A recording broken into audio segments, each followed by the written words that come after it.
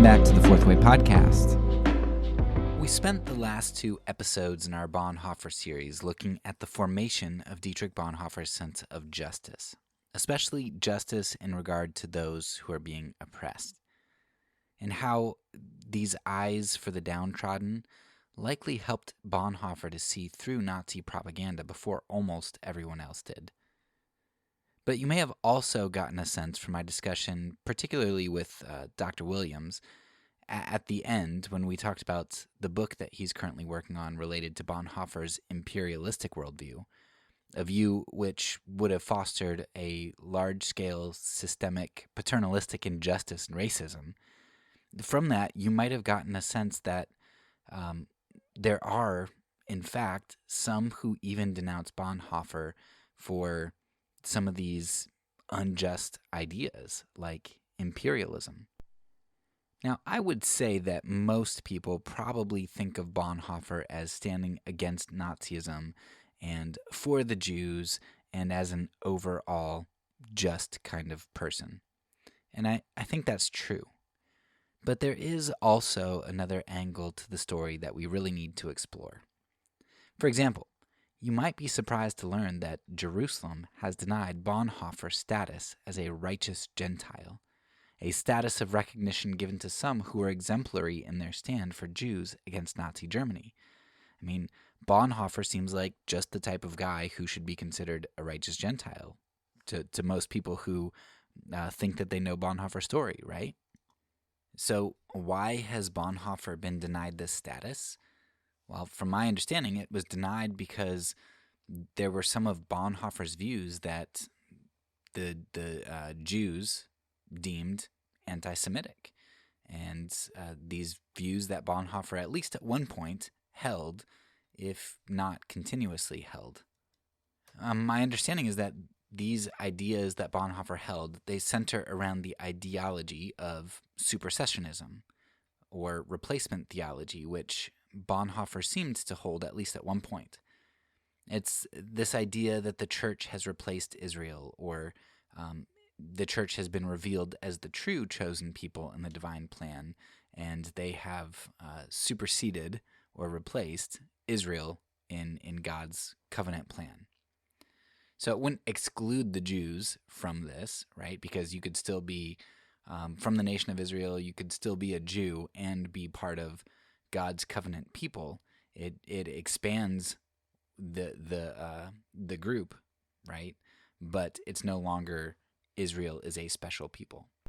But more than that, Bonhoeffer also seemed to believe, again, at least at one point, not sure that you could follow this all the way through to the end, but at least at one point, he believed that the great hardship that the Jews seemed to perpetually face, no matter where they went, the oppression by various people groups throughout history, especially in the recent European history and the persecution of the Jews, Bonhoeffer expressed that he thought this was a continuing judgment of God on them for their participation in the crucifixion of Jesus, for deicide. Now, these views are declared as anti-Semitic by many in Israel, and so Bonhoeffer, as far as I know, to this day, remains a controversial figure, especially in the Jewish community. Now, someone renowned for helping the Jews by the broader culture is, by the Jews, or by many Jews in Israel at least, is rejected. So I wanted to talk about that, about some of these ideas a little bit in this episode, because the last thing that I want to do is to create a season or even an episode where I build somebody up to this level that just really goes beyond reality and beyond human nature of somebody who is a flawed human being.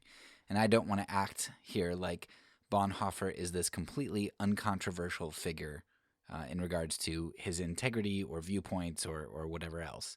And that's one reason that I really appreciate that Dr. Williams is working on a book that explores one aspect of this controversy, particularly the imperialistic aspect. And this whole tearing down of hero complexes is something that that I'm really a big fan of. In fact, I had a whole episode on the problem of hero complexes way back in season 9. And there we took a look at several biblical figures, which we tend to consider heroes of the faith in Christianity, who upon closer inspection are extremely problematic. There are lots of these people, but Joseph was probably one of my favorite examples because his waywardness is a whole lot more subtle than someone like David, who murdered and committed adultery and all kinds of things. With Joseph, right, he seems like he's kind of a jerk at the beginning, but then all of a sudden he changes, and we see Joseph's great faith in God, his integrity in Potiphar's household, his enduring hope, and his deep love and forgiveness for his brothers, something that I think would be difficult for most of us to do. All of these are undeniably great things, right? But in our heroization of Joseph, we overlook the fact that by the end of his story, Joseph has used a catastrophe to take all of the Egyptian peasants' land, their livestock, and their money, and he's given all that power, all those resources to Pharaoh, essentially creating an empire, a state-run nation, and basically enslaving the people of Egypt. Now, this was an act which I don't know, but it may have come back to haunt Joseph's descendants. When a new Pharaoh saw the disparity between free Israelites and his beleaguered and indentured people and decided to make Egypt great again. I don't know what all went into that, but it certainly seems like it's a pretty big setup where there's this huge wealth and freedom disparity between Joseph's people and the people that Joseph helps to enslave. Now, whether it's Joseph, Gideon, David, right, the so-called heroes of the faith, they're almost always also villains of the faith in some way, people who are extremely flawed in very unjust ways.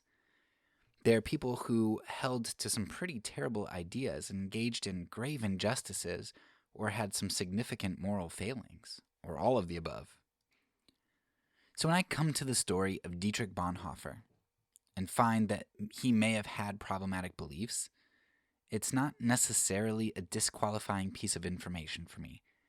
I can condemn him where he needs to be condemned, while praising him where he ought to be praised. Did Dietrich Bonhoeffer see through Hitler's propaganda before most others? Yes. Did Bonhoeffer hold a high view of Jews and help to save some, despite the majority culture around him pressuring him otherwise? Yes. Did Bonhoeffer show moral integrity in refusing to give in to the Nazi regime? Yes. Great. And I want to be like Bonhoeffer in those ways, in ways that many who may have had a less problematic ideology actually failed to act, out of a fear of their own well-being. So I think then that there are many of Bonhoeffer's critics and cancelers who are really straining at gnats here. This group is myopic in that they can't see past the minutia of Bonhoeffer's ideology. They want every jot and every tittle to line up in order to divvy out praise.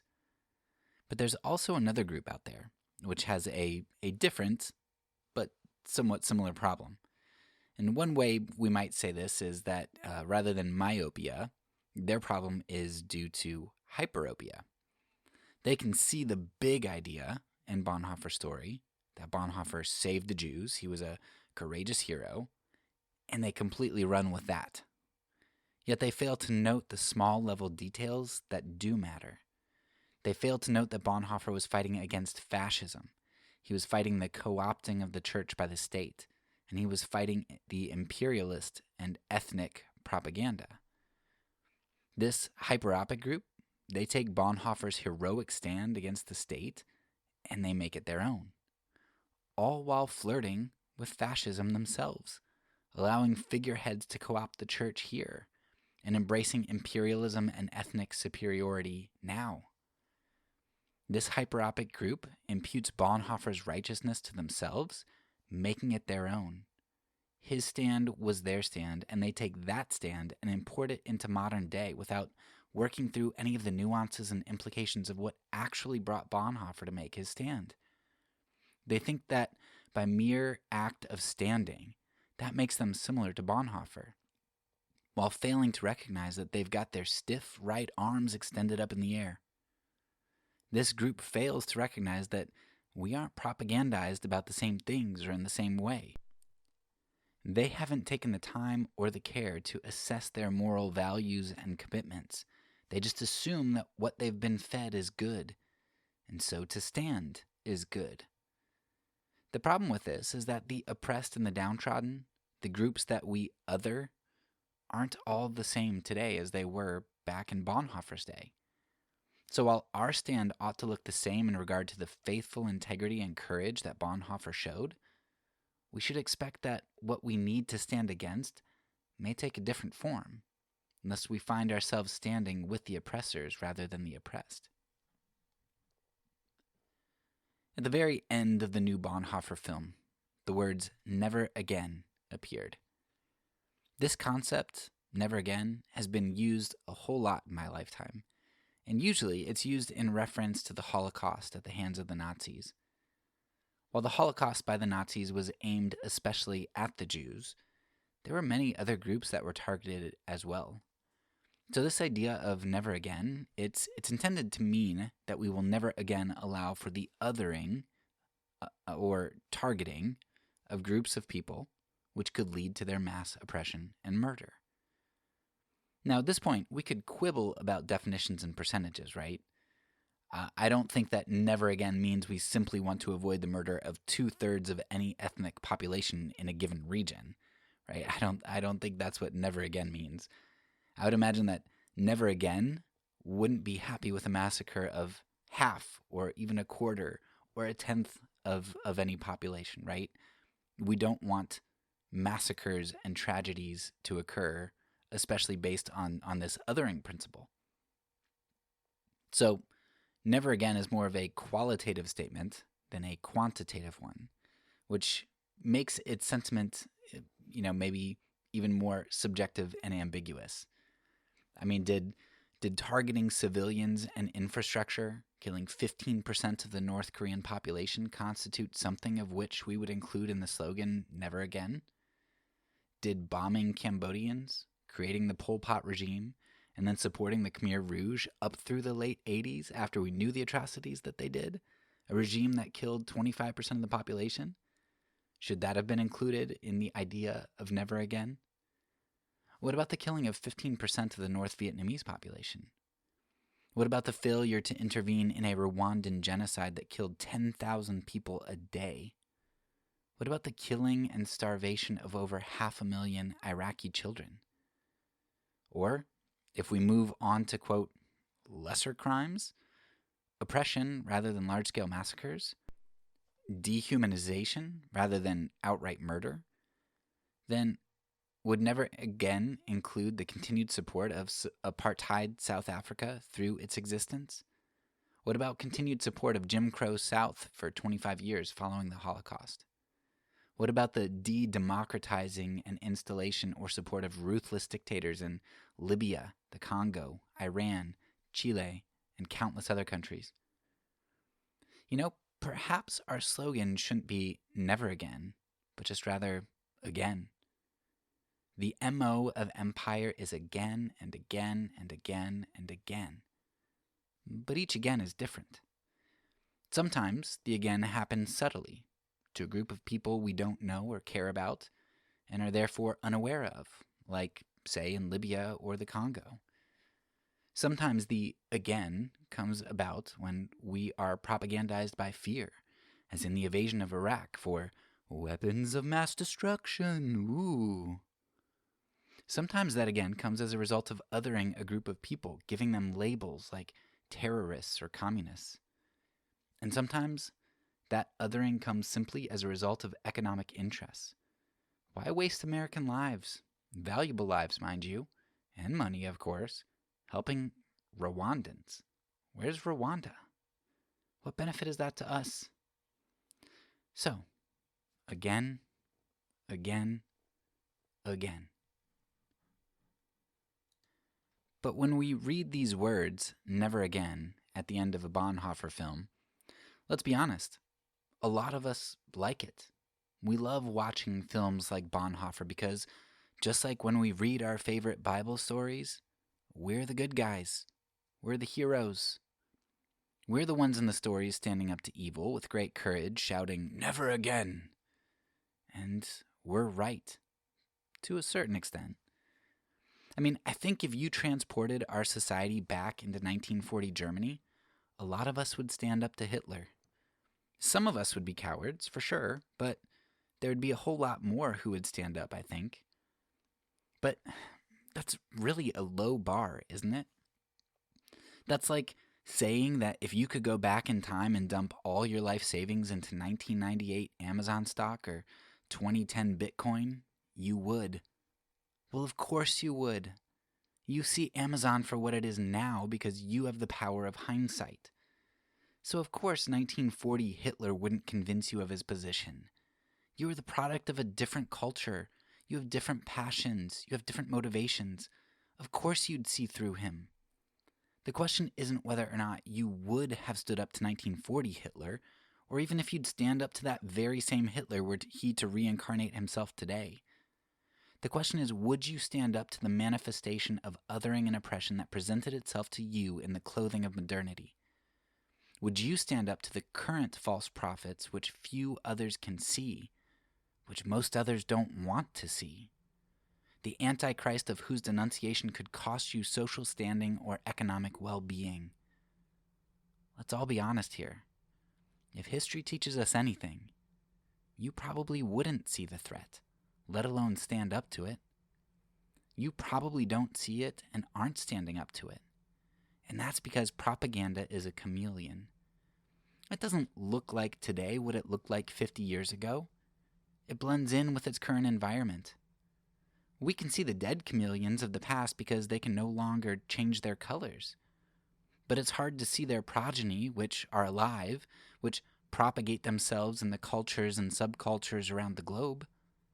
And just as they did in the past, these propaganda chameleons of today, they serve to create enemies and saviors. Propaganda continues to make atrocities possible or to make them unbelievable. To make us hate another group so much that we could believe their destruction is our salvation, or to give us so much faith in our own saviors that we couldn't possibly believe they would do anything wrong. And when the killing of others or the impunity of ours morphs from a loss into a gain, it's again in disguise, a chameleon. Now I would argue that this is where we are today, in one of the most current and tragic agains. One myopic group is proclaiming that we have to uphold them as the incorruptible and honorable victims of the world. Their propaganda is to make atrocity unbelievable. They couldn't possibly be guilty of such things. And the other, hyperopic group, thinking that they're the saviors on the right side of history, are making America great again. They're making atrocities possible by pointing out who our enemies are. And as the Bonhoeffer film ended, and I saw the words "never again" appear on the screen, I couldn't help but think about these groups and the current conflict, the current tragedy, the current genocide going on in Gaza right now. How is it that the very group from whom this idea of never again was birthed are some of the main culprits in the new again? There's a lot we would need to talk about here in order to give the issue its full treatment. We'd have to discuss the rise of Zionism, the Sykes-Picot Agreement, the Nakba, the Arab-Israeli wars, intifadas, dispensationalism, supersessionism, and a whole host of other issues. But that's not really the scope of this episode or season, and I don't want you to get lost in that. Because honestly, none of that really matters in regard to discussing this again. See, for as much of a bad rap as some want to give Bonhoeffer for thinking that historical misfortune of the Jews might be attributed to the judgment of God, Bonhoeffer did not see that belief as a prerogative, a right, or a desire to be the hand of judgment for him. If it just so happened that God allowed evil to befall the Jews as judgment for the crucifixion of the Messiah, that didn't negate God's call on the Christian life to be the hands of peace and justice, to deliver others from oppression and to call out the wickedness of those who oppress. Bonhoeffer pushed back against injustice towards the Jews, even if we want to think that he thought their plight was God-ordained. Nothing in their past justified the treatment of them as anything other than being image bearers of God. Whatever Bonhoeffer may have thought, he acted justly. But when we look at the situation in Gaza, those who are other than the Gazans, the Palestinians, their otherness is used as an excuse to slaughter them, majority non-combatant men, women, and children. Their otherness is used as an excuse to force them into a concentration camp and to exterminate them, whole families at a time, directly with bombs or indirectly through starvation. There's a whole chasm between what Bonhoeffer is accused of thinking and what the current Zionist Israeli state is actually doing. The never again people are again-ing again. Last year on December 23rd, I released an episode talking about the tragedy in Gaza, discussing how the war drums were beating. A year has only made that episode more relevant as Israel has increased the horrors in Gaza and has now expanded their violence into Lebanon and Syria as well, and is now posturing bellicose with Iran. I mean, it's just crazy. Only 2 days after my episode aired last year, Israel, on Christmas Day, attacked Bethlehem in the West Bank.